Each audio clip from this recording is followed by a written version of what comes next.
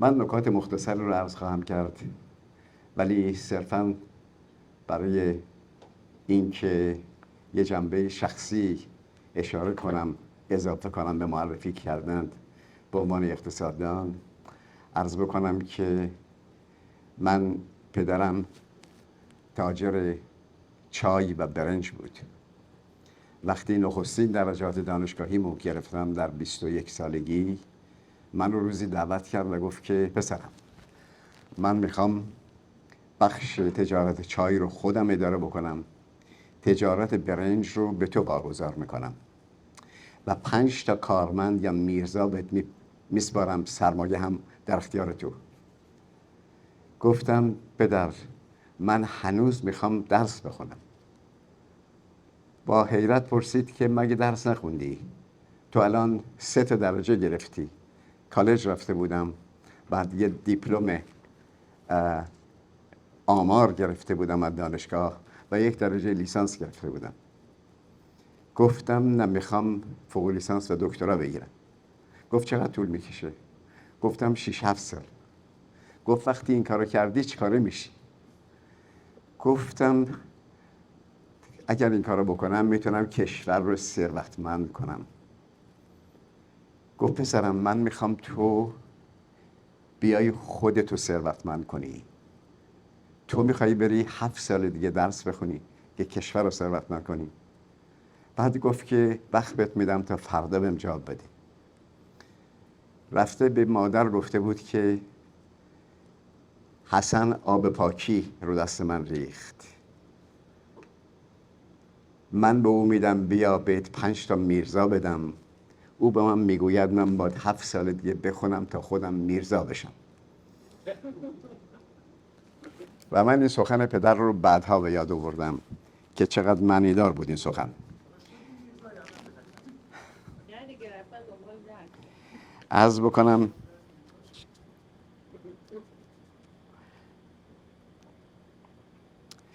سخنان ارزنده‌ای که عزیزان عنوان کردند و من کاملا توجه دارم که مهم این است که در چنین شرایطی ملت ارجمند و رنجیده ما امید پیدا بکنه، چشماندازی رو پیدا بکنه. ولی یه چیزی در ذهنم مدام میچرخید و اونی که در زمان جنگ عراق و ایران ساین پست هایی میزدن در تمام کشور که از تهران تا خرمشهر مثلا 600 کیلومتر، از خرمشهر تا بغداد مثلا 250 کیلومتر، از اونجا تا قدس اینقدر کیلومتر. اون فاصله 600-700 کیلومتر اول رو به سادگی میشد رفت، سوار هواپیما و قطار در خرمشهر بودید. ولی بعد از اون وجب به وجب از میدانهای خون باید گذر میکردی تا میرسیدی اونجا. و سر همین توهم چند صد هزار جان عزیز از بین رفتند. به این ترتیب نکاتی که عزیزان از جمله دکتر سارا بازومندی اشاره کردن، مسئله ریسک ها. ببینید ترین همینجا یه جوری نیست.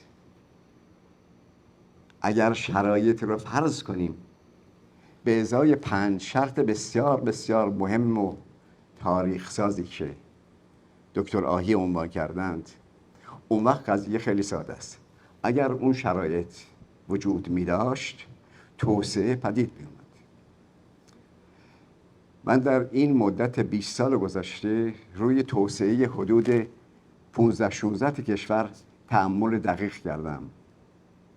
اسناد توسعهشون خوندم، راه های توسعهشون جستجو کردم. بدونم خانم شاملو در این زمینه تجربه میدانی فراوون دارن و به مسائل بسیار بسیار جالب و دلانگیزی رسیدیم که توسعه اصلاً به این سادگی نیست. رشد گام نخست توسعه است که این شرایط که ما میگوییم، این 5 شرط در مرحله رشد ضرورت داره. توسعه یه مرحله کیفی است. در اونجاست که ببینید یک کلوک، کتاب بسیار ارجمند که دوستان لابد خیلی آشنا هستن باهاش، به عنوان لو اسکاندال دو دیولپمان، یعنی افتضاح توسعه چاپ شده. کارشناسان برجسته فرانسوی نوشتند. چرا توسعه رو اسکندل میگذاره؟ برای اینکه توسعه اسکندل هست. وقتی شما دست میزنید که یک سیستم رو دگرگون کنید، عناصر پاشیده اون سیستم که در درون به هم چفت و بست شدند از هم گسیخته میشن. یکی با یک سرعت، یکی با سرعت دیگری حرکت میکنه. اینو گورویچ فرانسوی نشون داده. او 7 زمان رو تشخیص داده که زمان تحول در اقتصاد بسیار سریعتر است از زمان تحول در دین و سنت. یه زمانی ببینید جمعیت ایران در پایان قرن 19 1900 9 میلیون نفر. رشد جمعیت تقریبا صفره. برای اینکه 7 نفر در 100 نفر زاده میشن، 7 نفر در 100 نفر هم میمیرند. اینا با هم یر به یر میشن. وقتی تحول آغاز میشود در مدت 20 سال جمعیت از 9 میلیون به 15 میلیون میرسه. آیا در این مدت تولید مواد کشاورزی به همون نسبت افزوده شده؟ آیا اشتغال به همون نسبت اضافه شده؟ یعنی کسی که مدیریت این توسعه رو میکند ممکنه تله مرگ برای خود درست کرده باشه و نظام خود درست کرده باشه. یعنی تحول رو آغاز میکنی، مدیریت نمیتونی بکنی. در نتیجه اگر اون تحول رو آغاز نکنی، وضع موجود به احتمال زیاد میماند. اگر آغاز کردی به احتمال زیاد از دست در خواهد رفت. این مشکل است که توسعه رو به صورت افتضاح در میاره و این مطالعه روی 10 کشور انجام گرفته و نتیجه هاش مشخصه. وارد جزئیات نشم. شما میتونید همین مدل رو در مورد انقلاب ایران تماشا بکنید که چگونه است. از این نظر من مطلبی که نوشتم یک پیپر 4-5 صفحه‌ای، خواندن پیپر رو به عهده خود شما میگذارم. فقط به چند نکته خودم اشاره میکنم چون زمان تنگی. ببینید این زمین مینگذاری شده، این the death field که دارم عنوان میکنم، اینجا پر مسئله است. ما میتونیم از تهران تا خرمشهر پرواز کنیم و از خرمشهر تا بغداد رفتن به قیمت جان تمام میشه. به این ترتیب میشود مسائل نخستین رو ترک کرد، ولی دست زدن به اونها، تامین اونها بسیار بسیار دشواره، چون موانعی که وجود داره موانع ساده ای نیست. یه مثال بزنم فقط براتون ببینید. دکتر راهی تشریف دارند. از صحبت FATF می شود. چرا FATF رو در ایران امضا نمی کنیم؟ خب یه کار ساده، قرارداد بانکی است، چرا امضا نمی کنیم؟ برای اینکه مسئله نه فنی است، نه اقتصادی است، نه سیاسی است. صحبت مرگ و زندگیه، جنگ چندین مافیا با همه. یعنی حدود 40% پول ایران پول کثیفه، پولی است که از قاچاق پدید میاد. این نقدینگی مال کیست؟ مال ملت نیست، مال دولت نیست، مال بانک مرکزی نیست، مال گروه‌هایی است که در حساب‌های بانکیشون حضور داره، مال اوناست. خب این از طریق قاچاق به دست میاد. شما اینو نمیتونید کنفیسکه کنید، نمیتونید ازشون بگیرید. باید کاری کنید که ریشه قاچاق رو بکش کنید. پس کار با امضا درست نمیشه. به این ترتیب تأمین هر کدام از این 5 شرط عمری میخواد، مبارزه‌ای میخواد طولانی. به این ترتیب خیلی خوشباور نباشیم که با این شرایط میشود آغاز کرد. در نتیجه همیشه در صحبت‌های خصوصی هم من به دکتر راهی عزیز عنوان کردم که این شرایط هیچ کدام در ایران حضور ندارن، هیچ کدام هم حضور نخواهند داشت. برای اون شرایط بنیادی لازمه. این نکته رو خانم بازوبندی در توضیح آخری که دادن روشن کردن که اگر این شرایط می بود ما اصلا اینجا نبودیم الان. این مسائل بسیار بسیار اساسی است. من فقط اینجا یکی دو تا نکته رو طرح کنم خدمتتون. ببینید در این جدول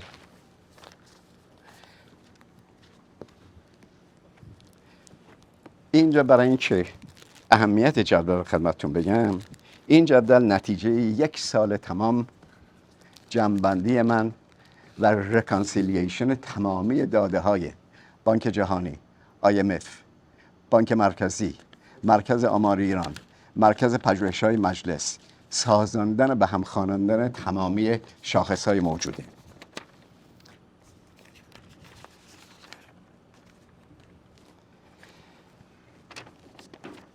از همینجا توضیح بدم براتون. ببینید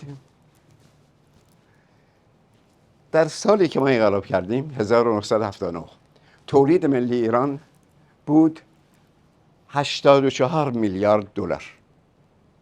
وارد جزئیات نمیشم، در مقالات متعدد ارقام ریالیش و دلارش رو در جدول‌های مختلف دادم.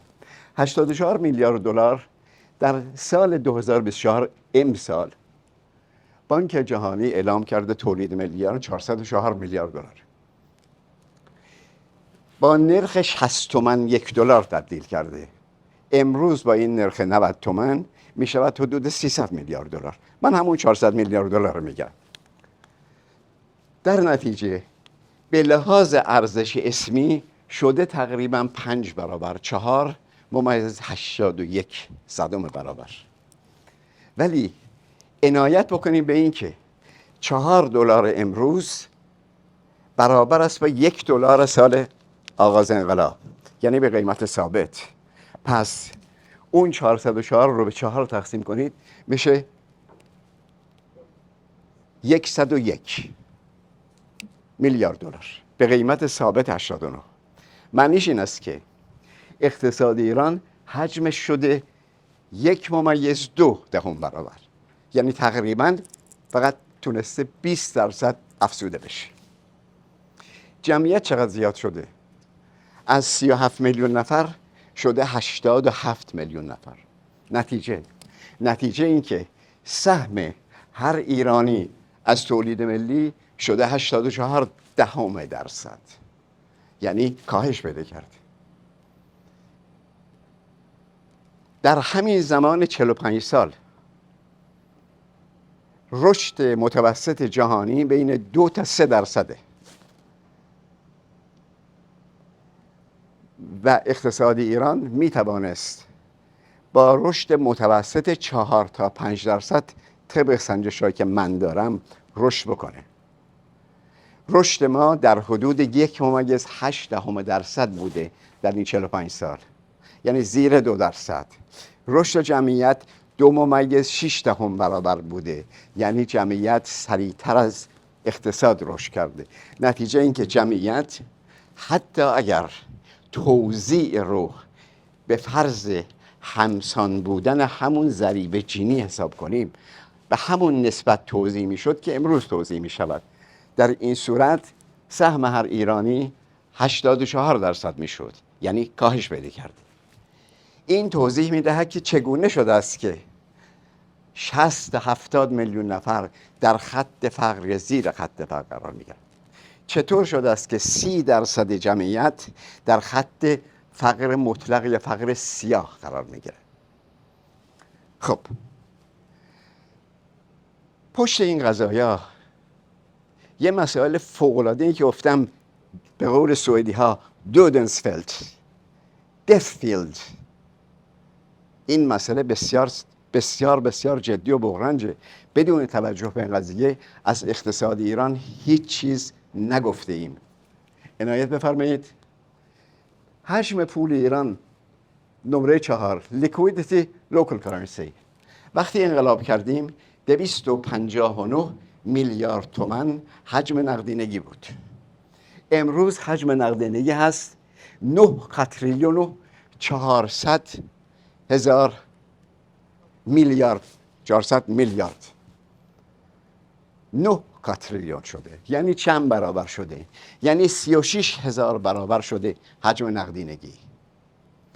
باز عرض میکنم اگر ما نتونیم این نکته رو توضیح بدیم هیچ چیز درباره اقتصاد ایران نگفتیم. اقتصادی که رشد 1.8 در حدود 0 بوده، در 1 دهه رشد 1.8 حدود 0 بوده. چطور شده که روزانه طبق محاسبه‌ای که من کردم هر روز در 2 سال، هر روز بدون استثنا 365 روز سال، هر روز 4200 میلیارد تومان به نقدینگی اضافه شده. بیانی که یک نماینده همین 2-3 روز پیش عنوان کرد گفت که هر روز 7000 میلیارد تومان به نقدینگی اضافه می شود. پرسش اینه چرا؟ چرا؟ خب همه عزیزان اقتصاددانای برجسته در اینجا حضور دارن. چرا نقدینگی اضافه می شود در شرایطی که رشد معادل 0؟ چرا هر روز هزارها میلیارد تومان نقدینگی اضافه می شود؟ چگونه اضافه میشه؟ مگر نقدینگی تگرگی که از آسمان بباره؟ نقدینگی در یک مکانیزم بانکی پدید میاد. بانک مرکزی نظارت دارد روی بانک‌های تجاری. بانک‌های تجاری با مکانیزم‌های سه‌گانه‌ای که در دست بانک مرکزی وجود داره کنترل میشن، یعنی باید کنترل بشوند. در نتیجه وقتی که حجم نقدینگی با این سرعت دگرگون میشه، اینجا پرسش جدی پدید میاد. آیا می شود شما رو کردن فرد رئیس بانک مرکزی، شما رو کردن وزیر اقتصاد، چیکار میتونید بکنید؟ چگونه میتونید جلوشو بگیرید؟ به سمیناری که 6 ماه پیش تشکیل شده بود، یک مقامات بزرگ پولی کشور گفت آخه من نمیتونم، من زن و بچه دارم. گفت با تفنگ میام بالا سر من اگر بگم نه. این چه نیرویی است که مجبور میکند نقدینگی فراهم بکند؟ اینطوری میشه. ببینید مثال ساده، صدها مثال کنکرت دارم براتون، کنکرت، با نام، با نشان.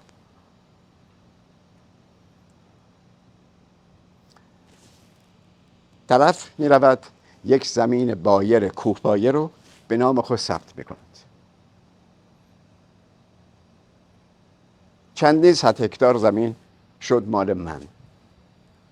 قباله رو برمیداره، ارزیاب رو دعوت میکنه. ارزیاب میاد دعوت میگذاره، قیمت میذاره، میگه 100 میلیارد تومان قیمت این زمین، در حالی که این زمین 1 میلیارد هم نمیارزه، برای که نه ساختمان میشه کرد نه مال کشت و زرعه، ولی 100 میلیارد تومان قباله شد دستش.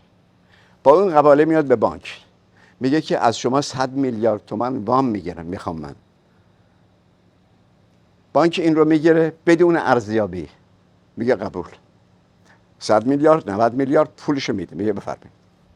گیرنده وام هیچ وقت قصد نداره که اینو پس بده. سررسید میشه پس نمیده. وقتی پس نمیده بانک چه میکنه؟ بانک زمینی رو که به عنوان وثیقه گرفته مصادره میکنه، قبضه میکنه، میگه پول من ندادی، زمین مال من. بسیار. زمین رو چند خریدی؟ زمین 1 میلیاردی رو خریدی 100 میلیارد. گذاشت تو ترازنامه بانکی. ترازنامه بانکی متورم میمونه. فردا بخواهند این ترازنامه رو در بازار بفروشند 1 میلیارد در میاره، ولی در دفتر 100 میلیارد قیمتشه. اینجاست که بانک‌ها ترازنامه‌شون به صورت توکزیک در میاد، ترازنامه‌های مسموم بانکی. اینجاست که تورم مدام افزایش پیدا میکنه. در نتیجه ما اگر ندونیم که پشت این سیاست پولی، مگه سیاست پولی رو به این سادگی میشه عمل کرد؟ ما هر بچه فوق لیسانس رو یادش میدیم که چگونه میشه پول کنترل کرد، چگونه میشه مکانیزم بانکی رو مدیریت، فرمولای ریاضیش رو بهشون یاد میدیم. ولی آیا میشود؟ اگر توجه نکنیم که در یک جریان توسعه این چنینی گروه‌های ذی‌نفع به نفع خود آگاهی پیدا کردند، بدل شدند به یک طبقه در خود، در نتیجه گروه های متفاوت هر کدوم به منافع خودشون آشنایی و وقوف دارن و از اون دفاع مشترک انجام میدن. به این ترتیب برخورد کردن به همین مسئله ساده FATF این مشکلات پیدا بکنه. مسئله تمام اون چهار فقره دیگر هم بذاری زیر ذره بین ببینید به چه مشکلاتی برخورد میکنیم. این آمد و رفت. اخیراً قانونی که تصویب شد، شورای عالی اقتصادی کشور اینو تصویب کرد. چه گفتند؟ گفتند اسم قانون هست قانون پشتیبانی از دور زنندگان تحریم. در اونجا شداد و غلاظ حکم می شود مرتب. کسانی که نفت رو میفروشن نباید نامهاشون اعلام بشه. چقدر نفت گرفتن نباید اعلام بشود. به کجا بردن، چگونه فروختن نباید اعلام بشود. با چه شرایط فروختن مخفیانه باید بمونه. پول گرفتن یا نگرفتن نباید فاش بشود. آیا آوردن به کشور یا نه نباید فاش بشود.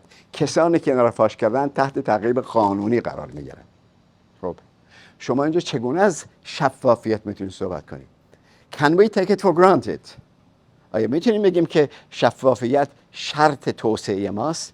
ولی تأمین این شرط باید میدان مرگ گذشت. در نتیجه دوستان، من این نوشته‌ای که نوشته خیلی مختصره، 4 صفحه است و هدفم امیدآفرینی است، امید واقعی، امیدی که بر پایه واقعیت استوار شده، نه بر مایه خوشبینی مفرط و غیر واقعی. باید ببینیم مسائل چیست در اقتصادی ایران، مسائل فساد چیست، چگونه پدید میاد. مسائل فساد، من آرشیو فسادی که در خونه جمع کردم شده 20-30 پوشه، بعد دیگه رها کردم جمعشه. اون چیزایی که جمع میکردم از اونایی بود که به دادگاه میرفتند، یعنی رسمیت پیدا کرده، دیدم آنچنانه که رها کردم قضیه رو. در نتیجه در چنین وضعیتی باید مشکلات مسئله رو دقیقاً آنچنان که هست بشناسیم و به نام خودش بنامیم مسائل رو. و با این شرایط هست که میرسیم به این جایی که امیدواریم ملت و کسانی که واقعا ایران رو دوست دارن، حتی کسانی که در درون حاکمیت حضور دارن ولی ایران رو دوست دارن، به ملت تعهد دارن، متوجه این قضایه بشوند و مشکلات بنیادی کشور رو حل بکنند و بعد از اون است که ما میتونیم از توسعه صحبت بکنیم. سپاسگزار و از توجهتون ممنون.